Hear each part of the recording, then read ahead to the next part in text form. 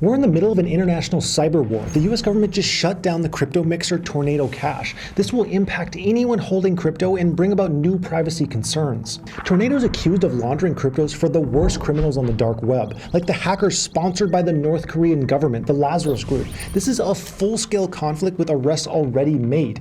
War, national security, and individual rights. These are all pieces of a complicated puzzle involving Tornado Cash.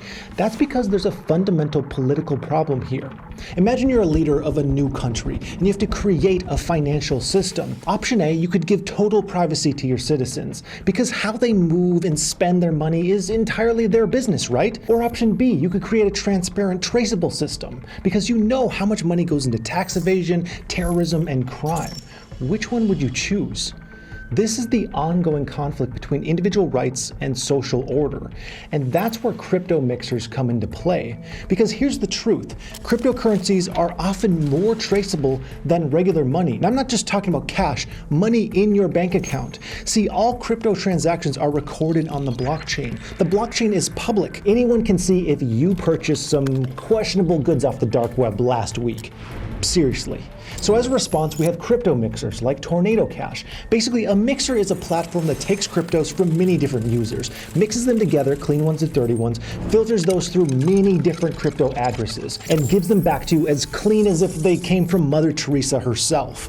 Now, crypto mixers aren't necessarily illegal. What they do is give you privacy by making your cryptos extremely hard to trace. But the problem is it becomes a hangout for all kinds of criminals, and some of them are as nasty as they come. Tornado Cash was one of the most popular mixers out there. It was founded in 2019 and operated on a number of blockchains, including Ethereum. And the Department of Treasury stepped in and they came down hard. On August 8th, the Office of Foreign Assets Control sanctioned them on grounds of national security. They then quickly added 45 of its crypto addresses to a special blacklist called SDN.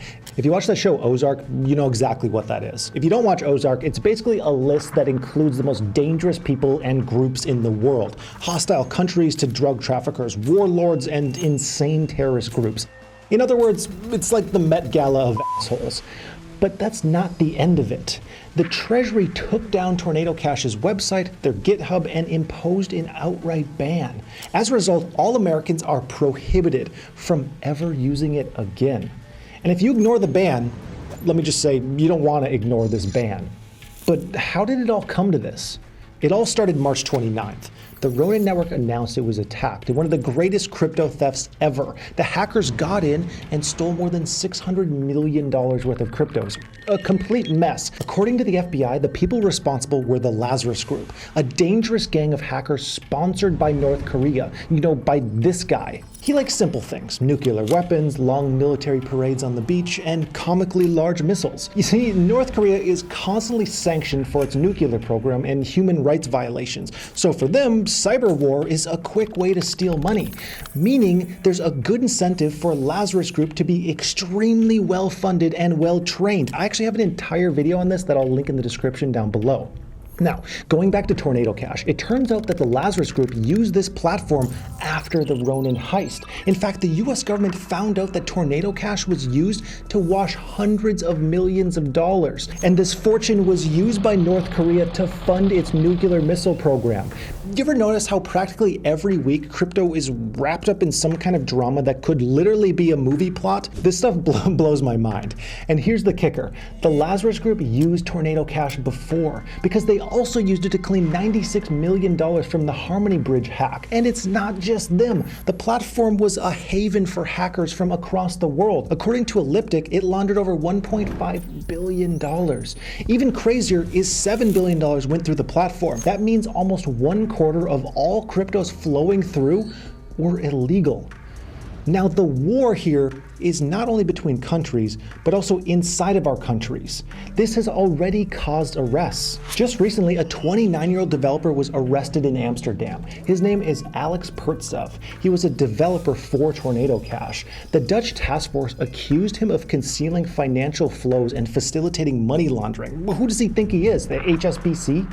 However, unlike HSBC, developer Alex is currently in prison, fighting some heavy charges in court. And that's not all of it, because the arrest caused an immediate backlash from the crypto community, and many people went to the streets in Amsterdam, protesting and demanding his immediate release. This happened only 48 hours after the US put sanctions on Tornado Cash, and this means there's an international scale to this cyber war.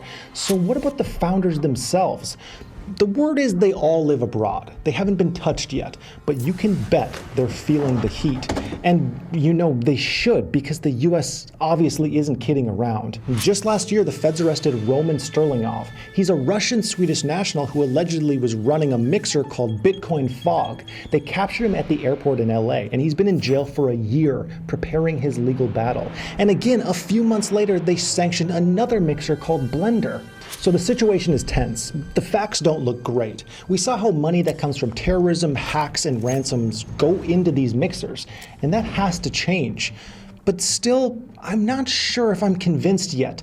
Is all this fair? Arresting developers and shutting down services? Some say that this is pure madness because it's punishing a service. They say it's like arresting those who invented email because some Nigerian prince is out there trying to bless you with $10 million. So here are the key problems in this fight. First, imagine you're going to the bank. You want to deposit a lot of money. The bank will ask you a bunch of questions to verify your identity and make sure you're not doing anything too shady. This is called KYC, or Know Your Client. It's mandatory under anti-money laundering legislation. It's there to make sure you're not Pablo Escobar or some Russian oligarch trying to launder your cash. And it's why Walter White needs someone like Saul Goodman, or why the cartel needs someone like Marty Byrde. Now, in the crypto space, centralized exchanges like Coinbase are required to perform KYC as well.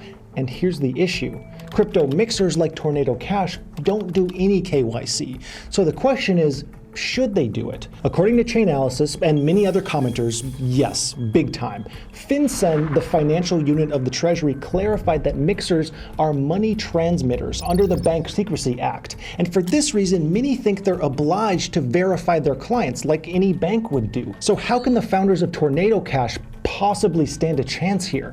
Well, simply, they disagree with all of this. And that's why this case will echo throughout the future of crypto.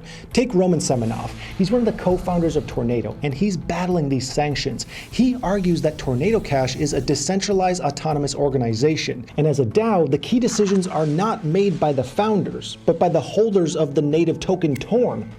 Terrible token name, I know, but it's a decentralized protocol, pure and simple. Now, this has a shit ton of consequences in terms of liability. First of all, Tornado Cash is non-custodial. This means they don't keep or store your funds at any point of the transaction. And for this reason, it's different from mixers like Bitcoin Fog. So for Semenov, this implies that Tornado Cash is not a money transmitter under the Bank Secrecy Act. He says it's a software provider under the FinCEN guidelines on cryptocurrencies, and so they're exempt from any KYC obligations. This is where lawyers on both sides will have to argue the case, probably for years to come. But there's more. Tornado Cash is based on smart contracts, and some of the code is open source. Basically, what the creators do is write code, and other members of the community can add features and chip in as well. Then all these new changes are approved by the DAO through a group consensus. So who's liable and responsible here? All of them? None of them?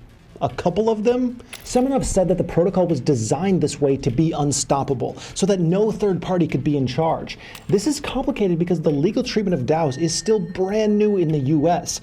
Cases will have to be won and lost for us to be certain of the outcomes. These are huge questions, and regulation is still very unclear. But here's the thing, no matter what happens, it impacts you. Whether we end up with more or less privacy, it will impact your crypto wallet and the future of this technology. We said earlier that crypto mixers aren't inherently illegal, and there could be plenty of reasons why you'd want your transactions to be private. For example, Vitalik Buterin, one of Ethereum's founders, used Tornado Cash to donate to Ukraine anonymously. Or again, maybe you live in a place where you don't want your government to know which political party you support.